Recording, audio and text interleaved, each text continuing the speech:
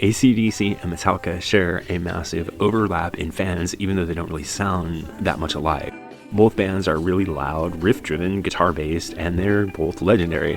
They're not really built from the same musical DNA at all. So when you think about AC/DC covering a Metallica song, you would expect there to be some excitement around the idea. And to understand why this is such an exciting principle, we need to listen to something that Malcolm Young once said about heavy music that explains AC/DC better than anything else. Let's listen into what Malcolm had to say right here. What's the difference between rock bands and rock and roll bands? Well, rock bands don't really swing. Rock and roll has a swing, you know, like you've got your hi-hats.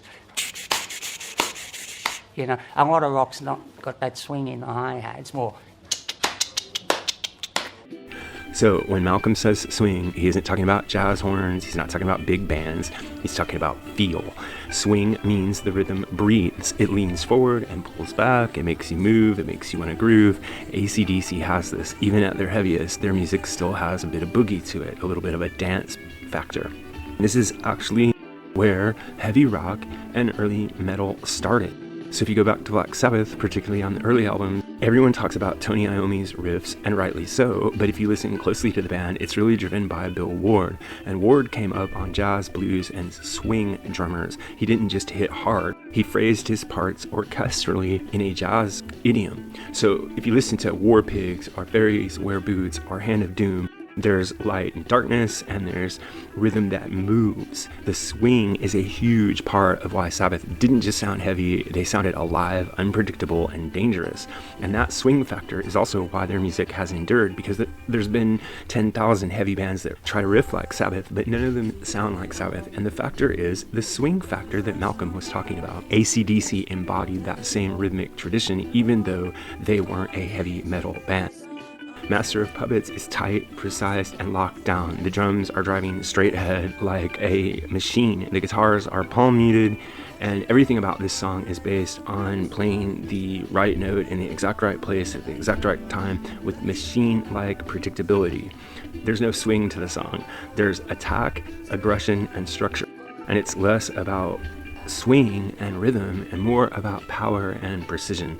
And that's what makes Master of Puppets such a monster song, and one that's really interesting to consider if it were to be played by a band like AC/DC.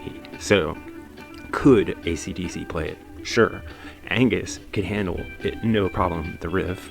Cliff Williams could definitely play the bass parts. Phil Rudd definitely could lock in and do a good Lars.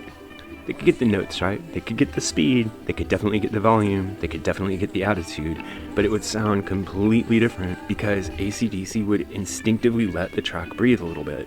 Those straight, machine-tight riffs would loosen up, the beat would lean back just a hair, and instead of relentless drive, you'd get a groove. It wouldn't feel like Metallica anymore, it would feel like AC/DC doing a particularly heavy, hard-hitting AC/DC song. And that's not a criticism, but it does make my point. So Metallica basically says, crush forward, stay tight, and dominate. AC/DC says, make it swing, make it move, make people feel it, make them want to get up and dance. Both approaches are totally valid, both are really powerful, and both have created legendary bands and entire genres of music, but they come from completely different angles and they share very different foundations. And this is the part that might surprise some people. In my opinion, almost nobody in hard or heavy rock is still carrying that swing tradition forward. Most bands just lock into the grid, everything is tightened, compressed, and mechanical. And it sounds huge, it sounds powerful, but you do lose something. You lose something really important that AC/DC and Malcolm Young fully understood and fully perfected throughout the entire time of AC/DC's run. So, back to the central question of whether or not AC/DC could play Master of Puppets. The answer is yes. Would it sound the same? Not even close. And that difference actually tells us something very important, which is that swing with heaviness is a winning combination. AC/DC dominated heavy music for decades. They're still out there. And the fact that hardly anyone is exploring the territory they kind of travel anymore is a shame.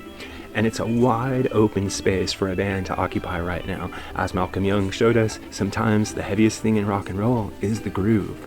So what I'd like to know from you is, do you see any bands out there today that are embodying this swing factor like Sabbath had, like AC/DC had? Because I feel that this is the ingredient that many bands are lacking, that if they could somehow find it, they would go to the next level. Let me know what you think in the comments below. MusicGuru here, asking you to help us on our march to 10,000 subscribers.